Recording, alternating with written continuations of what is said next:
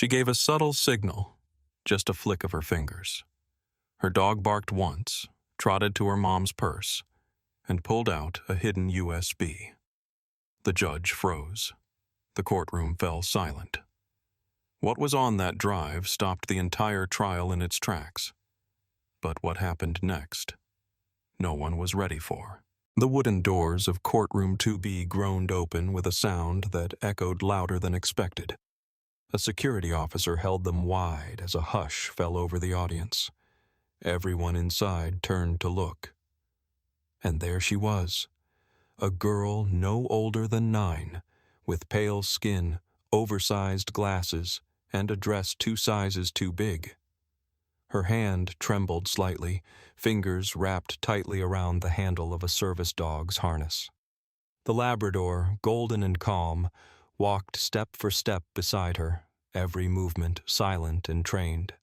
The judge, Honorable Franklin Dorsey, tall, aging, and known for his notoriously short temper, didn't bother hiding his surprise. He lowered his reading glasses and narrowed his eyes at the unexpected pair. "Is this a joke?" he muttered under his breath, though the mic caught it, and the audience caught it louder. "No, Your Honor," came the voice of the defense attorney, young, overwhelmed, and already sweating. "This is Lily Morgan. She's the daughter of the defendant, Grace Morgan, and a registered witness. Her service dog, Max, is trained and approved for court presence." Judge Dorsey sighed, rubbed his temples, and tapped his gavel once. "Very well, but keep the dog quiet. I will not have this trial turned into a circus." As Lily approached the witness stand, people in the audience leaned forward.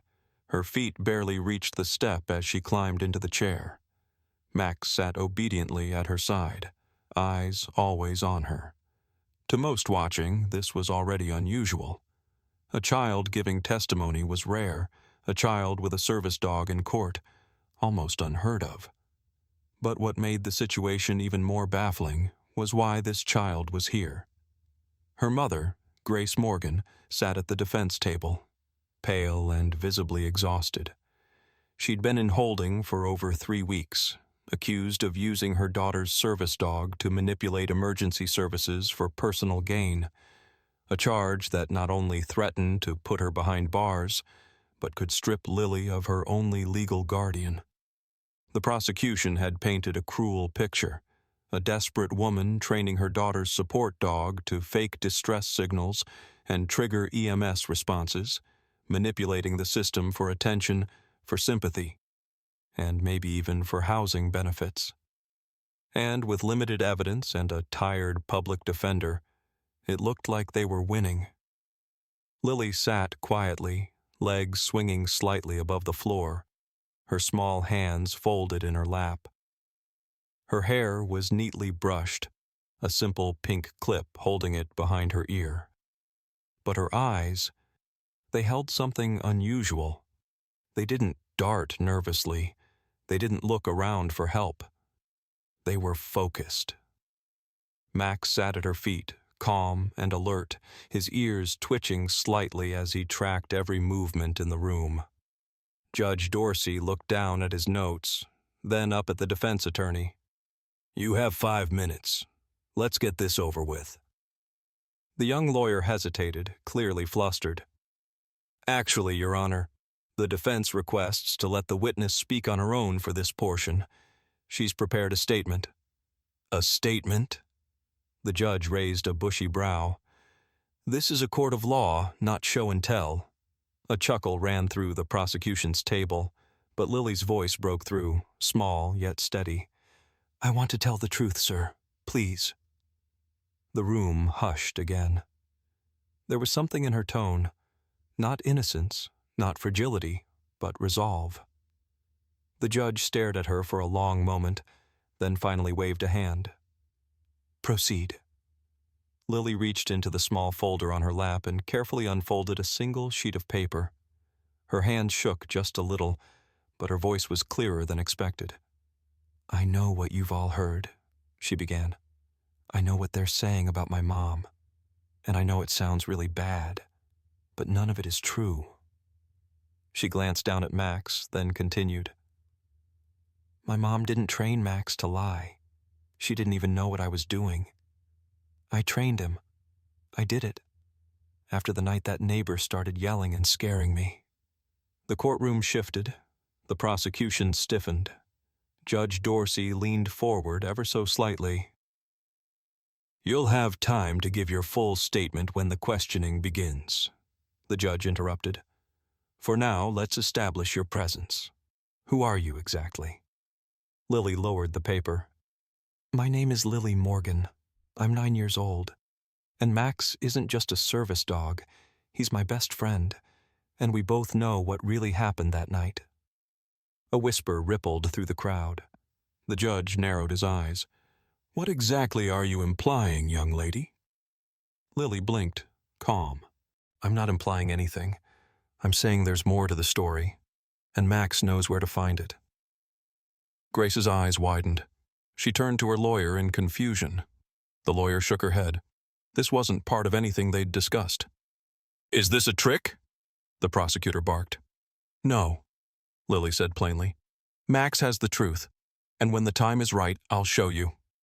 Judge Dorsey exhaled sharply. You'll do no such thing unless permitted by this court. But he was rattled. Everyone could see it.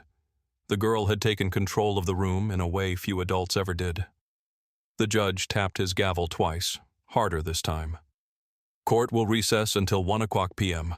Bailiff, escort the witness and her assistant outside. The audience began murmuring again, but Lily stood up slowly, gave Max a silent hand gesture, and walked out with her head held high. Behind her, the courtroom wasn't just confused, it was hooked. The hallway outside courtroom 2B buzzed with whispers. Reporters huddled near the vending machines, clutching notepads, phones, and hot coffee, already rewriting their headlines. Child witness hints at hidden evidence, one murmured. Is this dog the key to the trial? Another laughed. But inside the Morgan family, no one was laughing. Grace sat on the cold wooden bench outside the courtroom, still in her county-issued cardigan, thin from too many nights in holding. She looked at her daughter with a mix of awe, fear, and something deeper, a silent guilt. Lily, she whispered, reaching out. Why didn't you tell me? The girl stared ahead, her voice barely audible. I didn't want you to stop me. Max sat between them, tail curled neatly, head resting on his paws like a statue.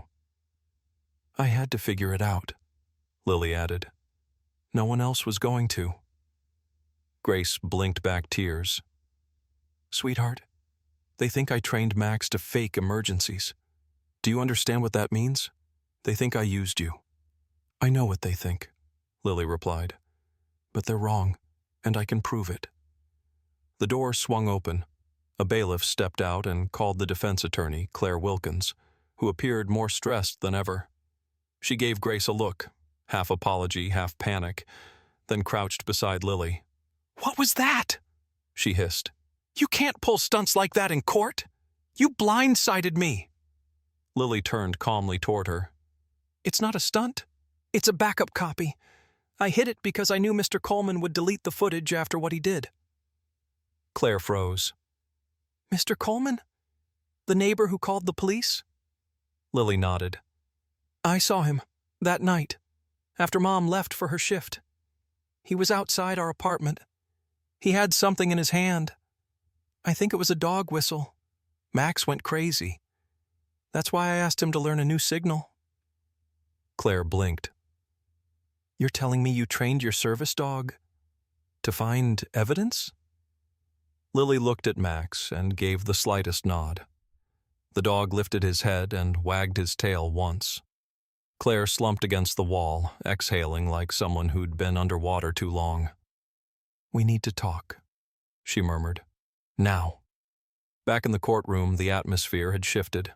The prosecution, led by Assistant District Attorney Thomas Bellinger, sat in hushed conversation with his team. Bellinger was in his late 40s, sharp suit, sharper tongue. Known for his win rate and disdain for emotional testimony, He built his cases on structure, pressure, and intimidation. To him, this wasn't a little girl and her dog. This was a problem. "She's playing the court," he said under his breath. "We can't let her derail this." His assistant looked uneasy. "But sir, if there is another copy of the footage—" "Then we discredit it," Bellinger snapped. "Chain of custody, unauthorized evidence, illegal storage. I'll bury it under process." He stood and looked out at the audience now slowly filtering back in. This whole trial was supposed to be a win. We gave them just enough narrative: single mom with an emotional kid, suspicious behavior, a service dog involved in repeated calls to dispatch. The jury was already leaning. And now? Now we have a 9-year-old performing tricks in front of a judge. The second she plays the sympathy card, it's over. Bellinger's eyes hardened. "We need to push. Make the judge throw it out before it gets traction." Meanwhile, in the judge's chambers, Franklin Dorsey stood at the window, staring out at the gray skyline. Rain clouds loomed like slow-moving ships. He hated this part. Not the law. He loved the law. He loved the power of precedent, the clean lines of order, the idea that facts could lead to truth. But children were messy. He muttered to himself, "A girl, a dog, a secret USB. This is not what the law is built for." His clerk peeked in. "Judge, the prosecution is requesting a motion to suppress any unsanctioned evidence." Dorsey didn't turn. "Let them try," he muttered. "But if that footage is real, I'll need to see it." 1:05 p.m. The courtroom filled again. Lily and Max returned to the witness stand just as composed as before.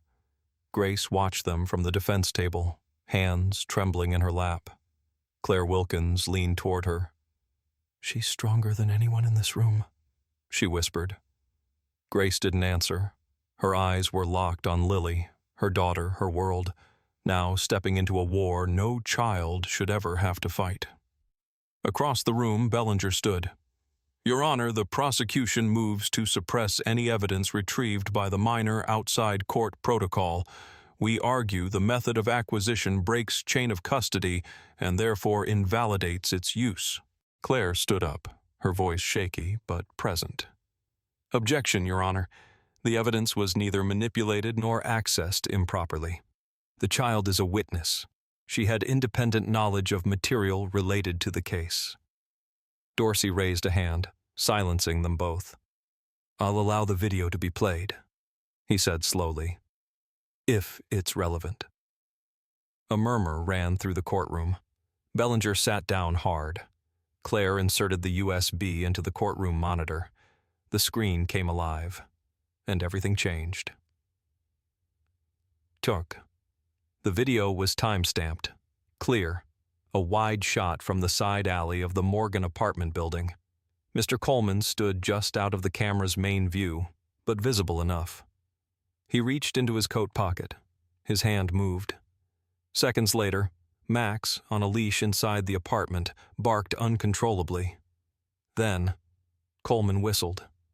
It wasn't a normal sound, a high-pitched, piercing frequency. Max went berserk. Lily could be seen trying to calm him. Moments later, emergency lights flashed across the camera, and the call records would later show the neighbor had dialed 911 claiming aggressive dog behavior. Gasps filled the courtroom. Coleman's setup was real, and Lily had just cracked it wide open.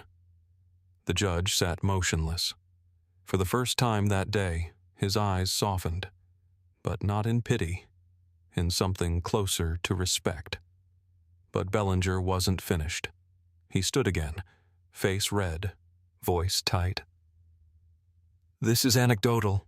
One angle. We don't know what happened inside." Lily stood up. "I do," she said. "I was inside." Court resumed under a thick cloud of tension. Even the ceiling fan seemed to spin slower, as if weighed down by the gravity of what had just been revealed. Judge Dorsey rubbed his chin, the file folder in front of him untouched.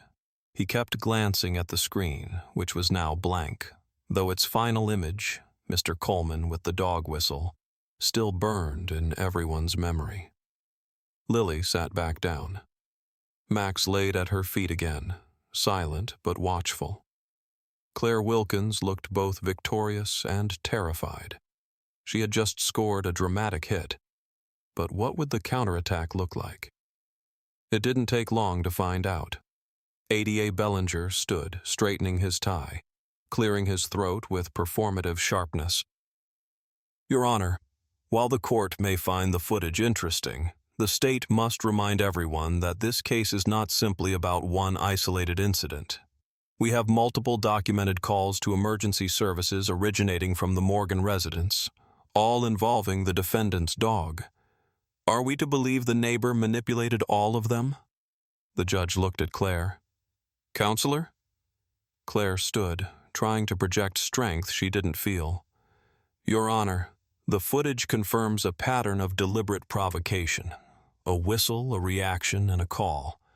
The whistle explains Max's behavior, and it confirms that Grace Morgan was unaware of what triggered the responses.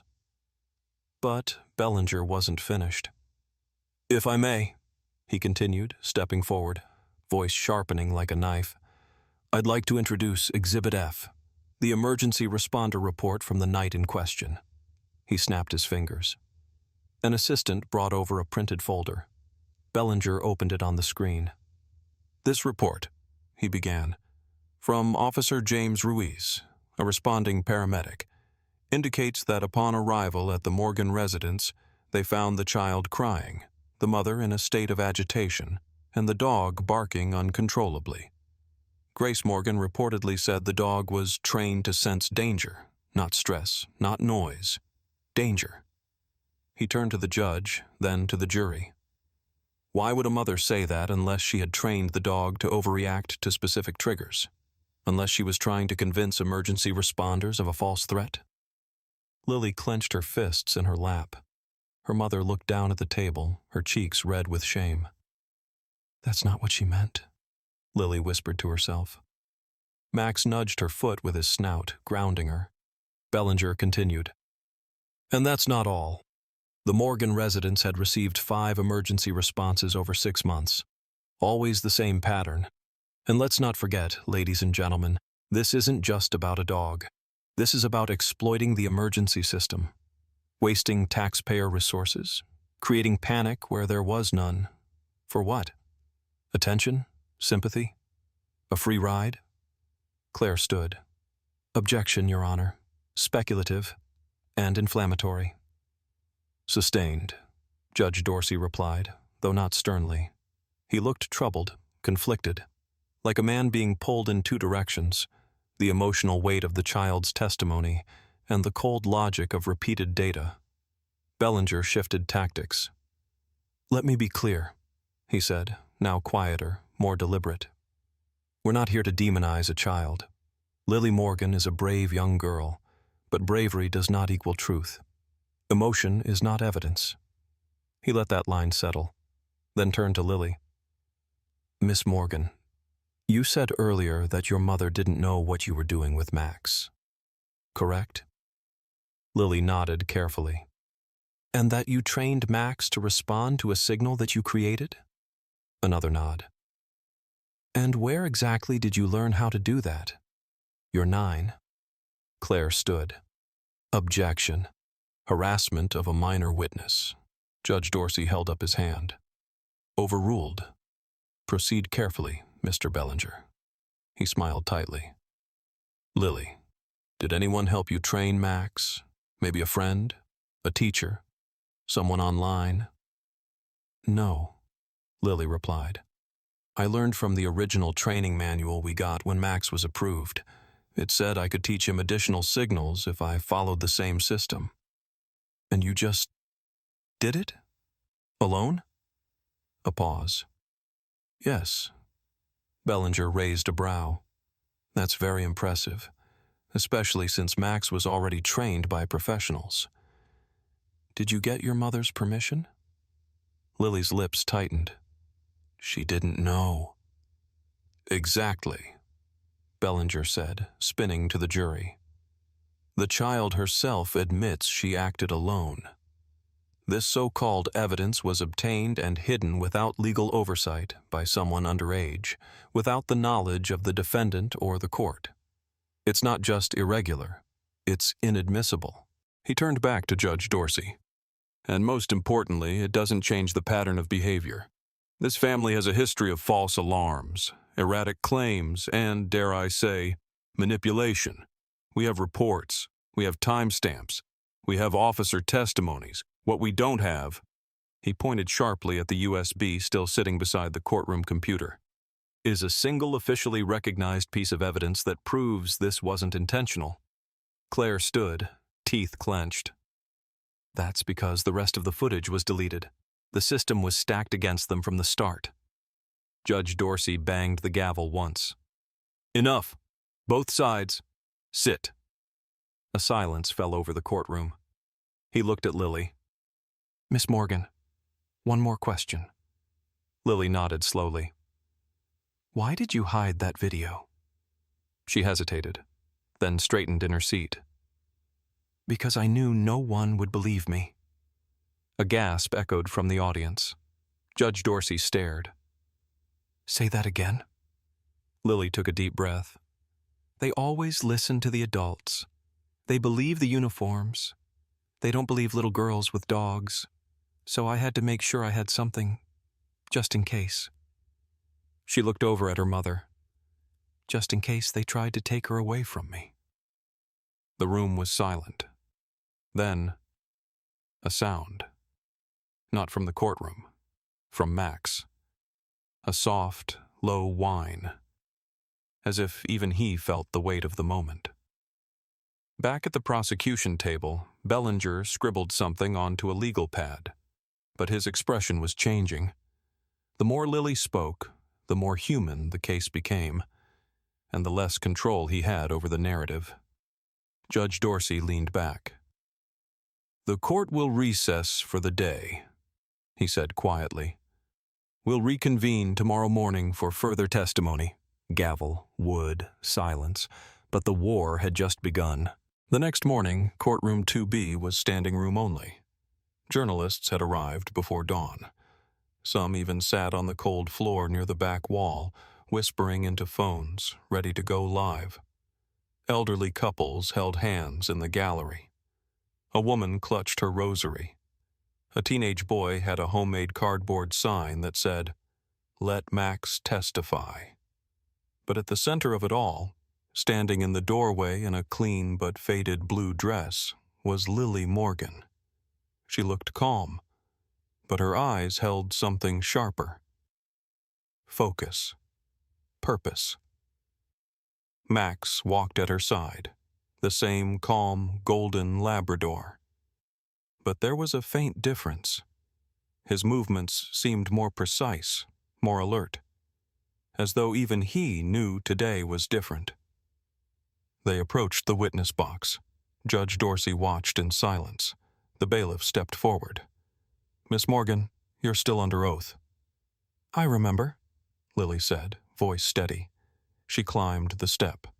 Max sat by her side, facing the audience like a soldier on duty. Claire Wilkins stood. Her notes were trembling slightly in her hands, but her voice was steady. "Miss Morgan, yesterday you mentioned you taught Max a signal, something specific." "Yes." "Can you explain that now? What exactly did you teach him?" Lily nodded. "After the night Mr. Coleman used the whistle, I wanted Max to help me remember everything, but I was afraid that they'd take my phone or delete what I saved, so I made copies, on USBs. The courtroom stirred. "Copies of what?" Claire asked gently. "Video. Audio. Max knows the scent of them. He can find them." A long pause. Claire looked at the judge. "With the court's permission, I'd like to demonstrate." Judge Dorsey didn't respond at first. Then, slowly, he removed his glasses and folded them. "If this is a stunt," he said quietly, "I will shut it down immediately." "It's not," Lily replied before Claire could. "Max doesn't lie." A murmur ran through the audience. The judge gave a single nod. "Proceed." Claire stepped back. Lily looked at Max, and then, barely visible, she moved her hand. It wasn't a dramatic gesture, just a twitch of 2 fingers near her waist, almost like brushing off lint. But Max's eyes sharpened instantly. He stood, walked slowly toward the defense table, stopped at Grace Morgan's purse, an old, fraying brown leather bag tucked beneath the table. Max sniffed, pawed gently. Then he reached his nose inside and pulled out a small silver USB drive, clamped delicately in his teeth. Gasps erupted across the room. Grace's hand flew to her mouth. The judge leaned forward, stunned. Even Bellinger froze mid-note. Max trotted back toward Lily and dropped the drive gently at her feet. She didn't speak. She didn't need to. Claire picked up the USB and turned to the bench. "Your Honor, I request immediate review of this evidence. If relevant, we move to admit it into the record." Judge Dorsey stared at the tiny object as if it were a ticking bomb. "Court will recess for 15 minutes, he said finally. "Counsel, both sides. Chambers, now." 15 minutes never felt longer. In the judge's chambers, silence stretched like wire between Claire, Bellinger, and the clerk reviewing the contents of the USB. What played on the screen wasn't flashy, just security footage, multiple angles, dates spanning 6 months, one thing in common: Coleman. Coleman standing in shadows, Coleman with his hand at his lips. Coleman placing something small near the Morgan family's window before sirens appeared in the distance. Each time, Max reacted. Each time, Grace was unaware. And in one clip, you could clearly hear Lily's voice. "Stop it! Leave us alone!" Judge Dorsey leaned back in his leather chair and exhaled long and low. He turned to Bellinger. "This footage destroys your timeline." Bellinger's jaw was tight. "This doesn't excuse the other calls, doesn't prove Grace Morgan wasn't complicit." "Maybe," the judge said, voice sharper now, "but it certainly raises reasonable doubt. And unless you have a signed confession, this case is bleeding." Silence. Then Claire, almost whispering, "You should drop it before you humiliate yourself." Back in the courtroom, everyone was on edge. The gallery was dead quiet as the judge re-entered and called the room to order. He looked down at Lily, who still sat in the witness chair, Max's head resting calmly on her foot. "Miss Morgan," he said carefully, "where did you learn to do that?" Lily blinked. "Do what?" "Train a dog, hide evidence, outsmart a courtroom." A long pause. "My mom always told me, if I was scared I should think like a detective." She gave a small shrug. "So I did." Laughter, soft and warm, rippled through the audience, but Judge Dorsey didn't smile. He looked at Bellinger. "Mr. Bellinger, how does the prosecution wish to proceed?" There was a beat of silence. Then Bellinger stood, eyes locked on the floor. "The state moves to drop all charges against Grace Morgan." A gasp, then clapping, quiet at first, then swelling as Grace began to cry, her hands pressed to her face. Max barked once, not loud, just enough to be heard. Lily leaned down and whispered something in his ear, then turned back to the court. "Can we go home now?" That question, simple, raw, hit harder than any lawyer's argument. The judge nodded slowly. "Yes, Miss Morgan, you can." The silence was different now. Not the expectant quiet before a storm. Not the courtroom hush of legal decorum. This silence was frozen. A complete collective stillness, the kind that fills a room when something sacred just happened and no one dares speak first. Judge Dorsey's gavel still rested in his hand, unmoved since the moment he'd uttered the words. The state moves to drop all charges against Grace Morgan. He hadn't struck it. He couldn't. It was as if even the law itself needed a moment to catch its breath. Across the courtroom, all eyes remained on Lily and Max. The girl had taken her seat again, now stroking Max gently between the ears. Her expression was neutral, not smug, not even relieved, just quiet. As though she understood something no one else did. That truth doesn't always roar when it wins. Sometimes it whispers. Grace Morgan still hadn't moved. She sat frozen behind the defense table, her hands clasped tightly over her mouth, shoulders trembling. It was unclear whether she was laughing, crying, or both. Claire Wilkins finally placed a hand on Grace's arm, her voice barely above a whisper. "It's over." "No," Grace whispered back, tears spilling now. "It's just starting." At the prosecution table, Bellinger sat stone-faced. One hand clenched around a pen that had long since cracked in his fist. His team avoided eye contact with him. The USB drive, now essentially the bullet that killed their entire case, sat untouched next to his yellow legal pad. He didn't reach for it. Judge Dorsey finally placed the gavel gently on the bench, still not striking it. Then he turned slowly toward the jury box, though they were now spectators to a trial that had just collapsed under its own weight. "You are all dismissed with thanks," he said. "Please remember the sanctity of the court and refrain from discussing this case publicly for the next 24 hours. The jury filed out in stunned silence, heads spinning. It was Lily who broke the stillness. "Can Max say goodbye to everyone?" she asked, looking up at the judge with open innocence. The room exhaled all at once. Dorsey looked down at her, something soft in his eyes. "I think that would be appropriate, just for a moment, And then he moved on. The symbolism didn't go unnoticed. As the gallery emptied, local news crews swarmed the hall outside. "Can you confirm whether the girl discovered the evidence on her own? Was the footage tampered with? What role did the dog really play in all this?" Claire guided Grace and Lily out a side door, avoiding the crowd, but as they stepped into the light of day, they were met by something far more overwhelming than cameras: applause. The small plaza outside the courthouse, usually barren and forgettable, was filled with people, strangers, parents, seniors in folding chairs, a man playing a slow gospel tune on his harmonica, and every single person was clapping. Not loud, not wild, just steady, reverent. Grace covered her face again. Lily didn't. She stood still in the middle of the steps, Max sitting at attention beside her. Her eyes scanned the crowd, not looking for approval, but for someone in particular. And then she saw him. Detective Mark Avery, the only officer who ever listened to her after the first report.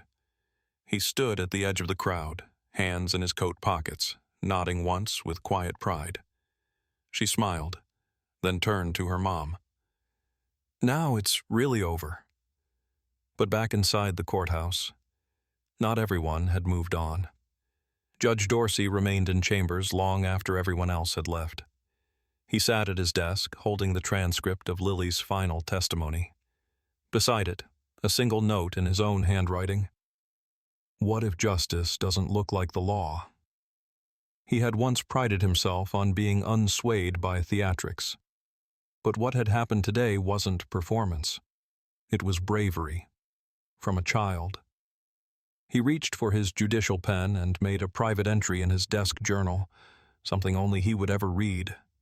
Sometimes justice comes in the form of a golden retriever and a girl who trusts him more than she trusts grown men in suits. And maybe she's right. He closed the book, turned out the lamp, and left his robe on the chair. That night, across every major news outlet in the country, headlines lit up. Girl and dog overturn injustice in landmark case. 9-year-old outsmarts legal system with loyalty and logic. USB, service dog, and pure grit, the truth behind the trial. But none of them captured the truth the way Lily had. You don't need to raise your voice to be heard. Sometimes, you just need to raise your hand and trust that someone will listen. The morning after the trial began with an unusual silence, not the kind Grace Morgan had grown used to. The silence of concrete cells, distant footsteps, and clinking handcuffs. This was different. A silence so still it felt like the world itself had stopped to breathe. Just Lily, quietly pouring milk into her oatmeal. Just Max, resting by the window, his ears flicking as birds chirped nearby. Grace sat across from her daughter, still wearing the gray court-issued sweater. Maybe she didn't want to take it off just yet. Maybe it was the last piece of armor from a battle barely survived. "He still thinks he didn't lose," Lily said softly, without looking up. Grace raised an eyebrow. "Max?" Lily shook her head, cracking the barest smile. "No, the prosecutor." That same morning, District Attorney Thomas Bellinger entered the courthouse through the back entrance, head lowered, tie already loose. His reputation had been bulletproof for 2 decades, until yesterday. In the staff lounge, voices dropped the moment he entered. Colleagues looked down, pretended to check their phones, avoided his gaze like it was radioactive. His assistant Marvin approached with hesitation. "Sir, today's papers." He placed 3 local newspapers on Bellinger's desk. Every front page carried the same photograph. Lily Morgan mid-gesture, Max stepping forward with the USB in his mouth. Girl's dog delivers evidence that shocks courtroom. 9-year-old exposes flawed case. Prosecutor scrambles. The trial that turned the system inside out. Bellinger stared at the headlines, his jaw tightening. He picked up one and crumpled it, the paper crackling like dried leaves. "I was set up," he muttered. Marvin shifted. "Sir, with the footage confirmed as authentic and new whistleblower reports from the Tenants Association, the bar could—" "I said I'll handle it," Bellinger snapped. "Get out!" Alone now, he sat in his office, surrounded by legal books that suddenly felt a little too heavy, a little too empty. He had built a career on clean-cut convictions, tight cases, statistics. But he hadn't seen her coming. A 9-year-old and her dog had just undone everything. Elsewhere in the county police department, another conversation was taking place, one with very different tones. "Why didn't we ever look into Mr. Coleman?" asked Lieutenant Rachel Grant, flipping through the reopened case files. Detective Mark Avery shrugged grimly. He was considered a respected citizen, longtime resident, committee chair, veteran. His word outweighed Grace's. "And now we find out he's been harassing her for months?" "Longer," Avery said.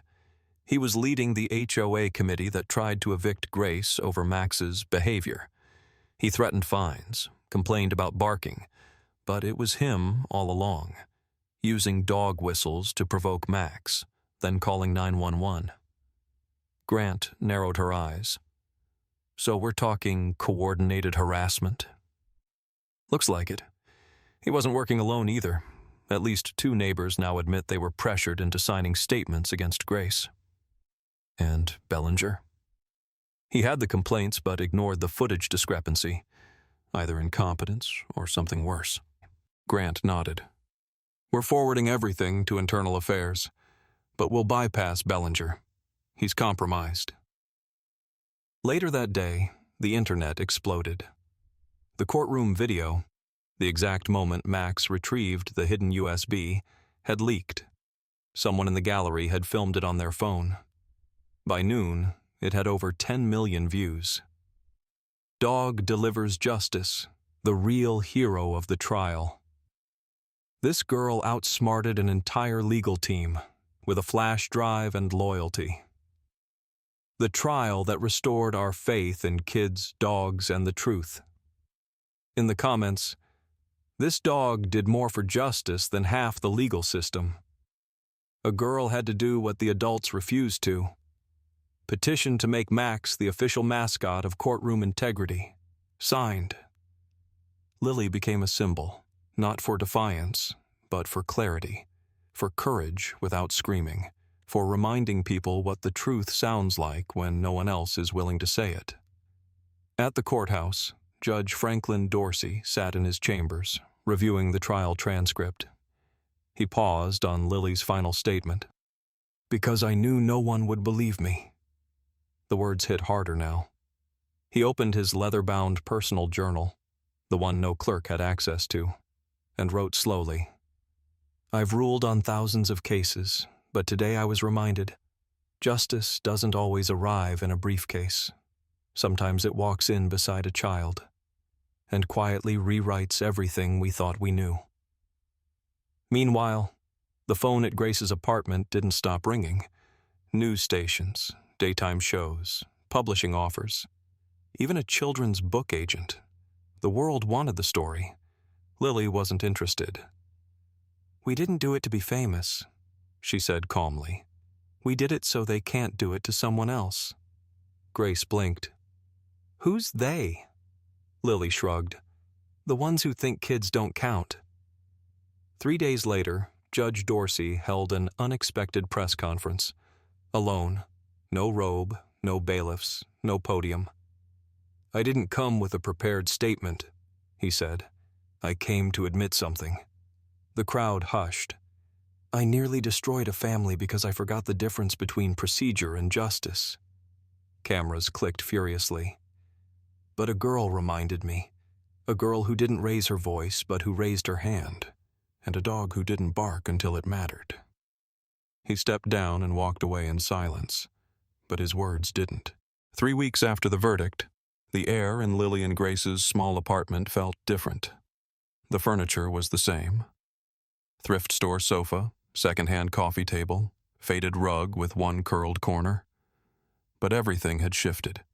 There was a calm in the air that hadn't existed before. A quiet safety. But peace is never truly silent. It was in the soft clink of dishes as Grace made breakfast without looking over her shoulder. It was in Lily humming quietly while brushing Max's fur on the porch. And it was in the folder that sat unopened on the kitchen table, bearing the embossed seal of the Jefferson County Justice Initiative. "Are we really going to do this?" Grace asked. Lily didn't look up. "Do what?" Grace tapped the folder. "This. The fund. The foundation. It's a lot." Lily finally looked at her. She wasn't smiling, but her voice was certain. "They tried to make me invisible, and then they tried to erase you. We can't let them do it to someone else." Grace nodded slowly, hand resting over the folder. "Then I guess we start something." They called it the Silent Signals Foundation. Its mission was simple: provide legal, emotional, and tactical support for children and families targeted by institutional overreach, especially those who couldn't afford to fight back. They started with 3 cases. A boy in a neighboring county who'd been removed from his home because of a misunderstood school sketch. A girl with autism whose reactions to noise were labeled as aggression by apartment management. And a teen who was wrongfully accused of theft after a store employee misread her service dog's behavior. Grace handled the administrative side. Claire Wilkins, now a pro bono attorney full-time, handled legal intake. And Lily? She wrote letters to judges, to reporters, to children in shelters. She told her story not through interviews or documentaries, but through handwriting on notebook paper. Quiet, deliberate sentences that always ended the same way. "You are not too small to be seen. You are not too young to be believed." Meanwhile, the cracks in the system kept growing. Mr. Coleman was officially indicted for perjury, harassment, and obstruction. Further investigation revealed that he'd falsified documents for multiple eviction attempts over the years. He had targeted not just Grace, but other single parents and renters with pets. His HOA status was revoked, his influence erased. The community newsletter where he once published smug editorials now printed retractions, each with a small line at the bottom, "We apologize to the Morgan family." ADA Bellinger was placed on indefinite administrative leave pending a full ethics review. It didn't make national news, not like Lily's story, but in legal circles, it was a thunderclap. Rumors swirled of prior cases being quietly reopened, appeals filed, old verdicts questioned, and Judge Dorsey? He didn't retire. Instead, he requested a transfer to family court. "I want to hear from people," he said in a televised statement, "not just lawyers." One chilly Friday, Grace and Lily were invited to speak at a community panel on justice for the vulnerable. Grace declined. She still wasn't used to microphones. But Lily said yes. She stood on a folding stage in a school auditorium, Max sitting beside her with a blue ribbon around his neck. There were no teleprompters, no stage lights, just her and 100 pairs of eyes. "My mom used to tell me," she began, "that if something feels unfair, it probably is. But grown-ups don't always listen to feelings. They listen to files, papers, words that don't always tell the whole story." She paused. "So I had to tell it myself." The crowd was silent. "They didn't believe us at first. Not because we were wrong, but because we were small. But small doesn't mean weak, and being young doesn't mean you're lying." A woman in the front row began to cry. "I didn't save my mom," Lily finished. "I reminded them she mattered, and Max helped me say it in a way they couldn't ignore." Applause thundered. Max barked, once, perfectly timed. Back at home that same night, Grace tucked Lily into bed. It was a simple routine. A blanket pulled tight, one story, Max curling up near the doorway. But that night, as Grace kissed her daughter's forehead, she lingered. "You were brave," she whispered. "Braver than anyone I've ever known." "I wasn't trying to be brave," Lily replied. Grace smiled. "Then what were you trying to be?" Lily looked up at the ceiling for a long moment. "Loud," she said, "but without yelling." The next morning, an envelope arrived in the mail. No return address. Inside, a folded newspaper clipping. "Unidentified judge resigns after mishandling of teen testimony in court." Beneath it, a sticky note with 7 words. "Max isn't the only one watching now." Lily showed it to Grace. Neither of them said anything, but both understood. Something had started, and it wasn't going to stop.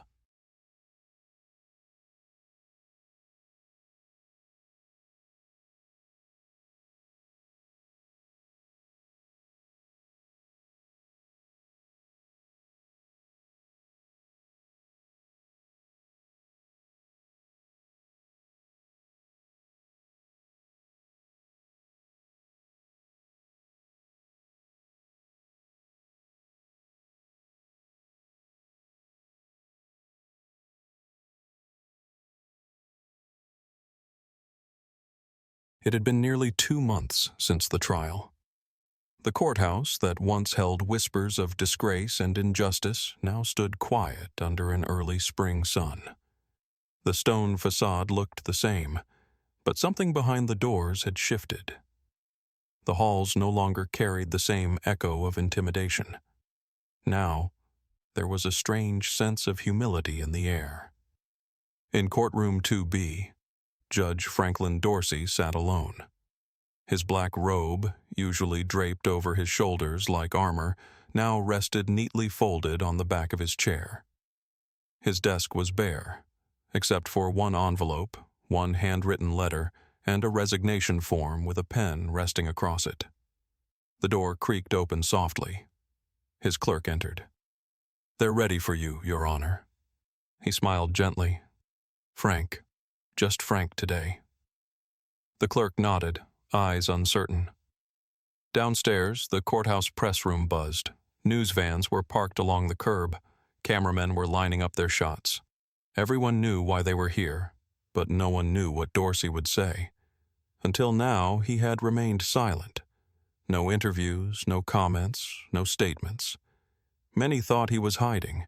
Some even speculated he'd try to deny his role in the failed case against Grace Morgan. But they didn't know what Dorsey had been doing since. He had been reading and writing. Hundreds of letters, from citizens, from lawyers, from retired judges, and from children. Especially one. On the stage, Dorsey took the microphone. He didn't clear his throat. He didn't shuffle notes. He just looked at the crowd. Old, young, media, activists, and quietly seated in the front row, Grace, Lily, and Max. Then he spoke. "When I became a judge, I thought the hardest part would be the law." He paused. "But it wasn't. The law is cold. It doesn't change. The hardest part is listening. Really listening." The room was silent. He continued, eyes not leaving Lily's face. "I didn't listen. I dismissed a voice because it was small, because it didn't fit the procedure.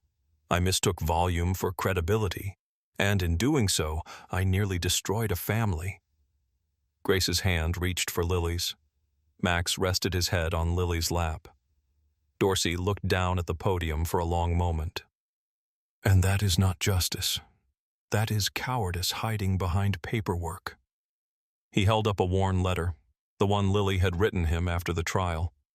It wasn't formal. No threats, no accusations. Just 12 words. "Thank you for finally listening, even if it was late." Dorsey took a breath. His voice cracked. Not out of weakness, but release. "I am resigning from my post as presiding judge of this court. Not because I've been asked to, but because I need to learn again what justice actually looks like." A ripple of astonishment moved through the crowd. "I won't disappear. I've already applied to join the Silent Signals Foundation as a volunteer counselor. I want to help children like Lily understand that not every adult fails them. Some of us just need to be reminded who we're meant to be." He turned toward Lily. "Thank you, Miss Morgan, for reminding me." And then, to everyone's disbelief, he stepped down from the stage and walked directly toward the front row. He knelt before Lily, not as a gesture, as truth. Max stood. The audience stood with him. No applause, no cheers, just silence, deep, full, and sacred. Later that evening, Lily sat on the porch with Grace and Max curled at her side. "You think he meant it?"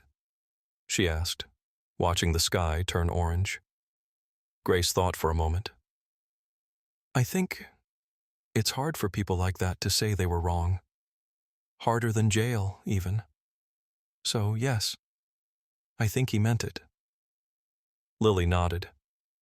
"He looked different, not scared, just done pretending." Max whined quietly and nudged her arm. She smiled and scratched his head. Grace looked over. "You know, not everyone gets to see someone change like that. That's rare." Lily didn't answer right away. Then, softly, "I think it happens when someone sees truth so clearly, they can't look away anymore, even if it hurts." 2 days later, Silent Signals received a letter from the courthouse. Inside it, a donation check, anonymously signed, amount $42,000. Note attached, "For every child I failed to hear. May this help the ones who still wait. FD." Claire framed it on the wall of their small, sunlit office, not for pride, but as proof that sometimes the most powerful verdict doesn't come from a bench, but from a soul finally wide open. The story could have ended there, but it didn't, because some stories don't fade, they ripple. It started with a message. Just one. An email to the Silent Signals Foundation with the subject line, My daughter was silenced too.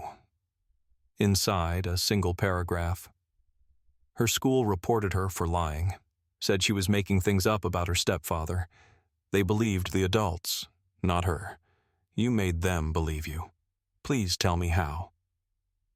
Grace read it first, then she handed it to Lily.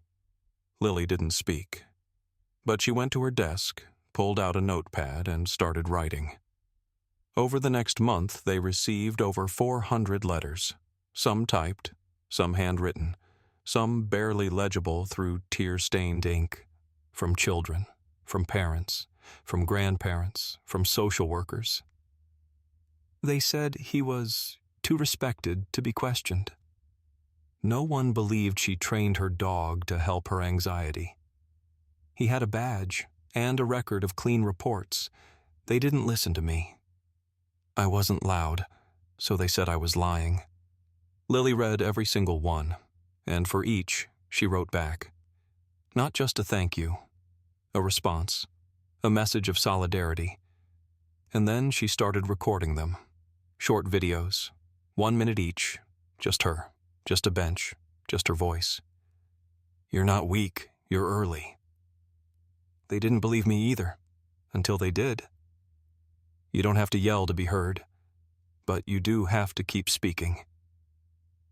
The clips went viral, not because of hashtags or editing, but because people recognized truth when they heard it from someone who had lived it and survived. Major media outlets reached out. Offers for interviews, documentaries, even a series deal from a big streaming platform. They turned down all but one. A segment on 60 Minutes titled, "The Girl Who Whispered and Changed the System." The interviewer tried to make it big. Sweeping, dramatic. Lily wouldn't let her. I didn't change the system, she said quietly. I just showed everyone it was already cracked. The segment aired on a Sunday evening. By Monday morning, 3 senators had proposed legislation to require third-party child advocates in every family-based courtroom case.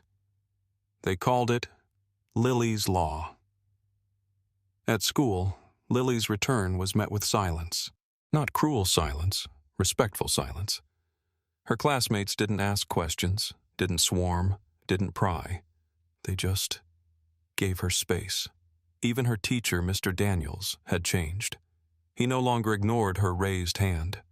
He listened, not out of guilt, out of recognition. One afternoon, during quiet reading time, a girl from the front row passed her a note. You make me feel like I can be brave too. Lily folded it and put it in her pocket without a word, but her smile lingered the rest of the day. Max, too, became something of a local celebrity. Photos of him at the courthouse were hung in vet clinics and therapy centers. One artist painted him mid-step with the USB in his mouth, under the title, Truth Retriever. He even inspired a new therapy dog training program called Signals of Strength, pairing service dogs with children who had experienced trauma. At every graduation, Max was honored as the honorary first responder. He didn't know why the kids clapped, but he wagged his tail anyway. Back home, things were quieter. Grace got a new job, working with a legal outreach program, helping mothers navigate court systems. She wasn't afraid of paperwork anymore. She knew what questions to ask, what to look for, what to never ignore again. Lily still went to therapy once a week, not because she was broken, but because even heroes need someone to talk to, especially the quiet ones. One day, as they walked home from therapy, Lily turned to Grace. Do you think it's over? Grace looked at her. Do you want it to be? Lily shook her head. No, but I want it to matter, even when no one's watching. Grace nodded. Then we keep going. And they did. One evening, as the sun dipped behind the rooftops, a package arrived on their doorstep. No return address. Inside, a worn, faded courthouse directory plaque. The kind mounted on wallways, brass, heavy, official, engraved in small black lettering. Courtroom 2B. Truth was heard here. April 4th, 2025. Lily picked it up with both hands and set it on the windowsill. Max barked once, as if to say, yeah. It was a year had passed. Not everything had changed. The world didn't suddenly become fair. The system didn't magically fix itself. Courtrooms were still intimidating. People still turned away from quiet voices. But something had shifted. Not with the world, with the people in it. The Silent Signals Foundation had grown beyond anything Grace ever imagined. What started in their small apartment now had an office downtown, shared with therapy dogs, social workers, part-time lawyers, and 2 worn-out coffee machines. Max still came to work every Thursday. He had his own space under Lily's desk, a plush bed, a basket of toys, and a small framed photo of him carrying the USB. He'd started slowing down, a little gray around the muzzle now, but he remained the heartbeat of the office. And Lily? Lily became something more than the girl who'd saved her mother. She became a symbol, not because she wanted to, she still hated cameras, but because her name began appearing in places she'd never expected. Classrooms, legal textbooks, lecture slides in university ethics courses. Case study, the Morgan testimony, truth beyond procedure. One morning, a letter arrived. It was from the governor's office. Inside, an official invitation. The state was planning a ceremony to honor unrecognized civic impact. Lily had been chosen as this year's youth honoree. Grace stared at the letter. "We don't have to go," she said. "This doesn't change what you already did." But Lily smiled. "No, but it shows they heard it. Even a year later, they're still listening." The event was quiet, tasteful, nothing dramatic. But when Lily stepped on stage in her pressed navy dress and held Max's leash, the entire room stood up. No music, no introduction, just respect. She didn't say much when handed the award. She didn't need to. "I'm not the reason things changed," she said softly into the microphone. "I'm just proof that they can." After the ceremony, a judge approached her. Not Dorsey. A woman Lily didn't recognize. She wore a deep blue robe and had silver hair tied neatly back. "I was there," she said. "The day your dog found the USB, I wasn't in that courtroom, but I heard it." Lily looked up, curious. The woman smiled gently. "And I've been different ever since. I used to think law was the edge of truth. Now I know it's just the start." She handed Lily a small silver pin, shaped like a dog paw. "For your friend," she added. "He made all of us remember what we forgot." That night, back home, Grace tucked Max into his bed with a soft blanket. His breathing was steady, tail thumping gently as Lily slipped him a tiny peanut butter treat. "Still my hero," she whispered, stroking behind his ears. Max blinked at her, as if to say, "I know." Lily sat on her bed later, looking out the window. The sky was dark, the stars soft and scattered like they were trying to whisper something themselves. She opened her journal, the same one she started after the trial. Tonight's entry was shorter than usual. Sometimes the truth doesn't echo through the world like thunder. Sometimes it echoes in people. One voice, one room, one dog, one moment, and then it never stops. She closed the journal and smiled. A week later, a new plaque appeared on the outside wall of the Jefferson County Courthouse.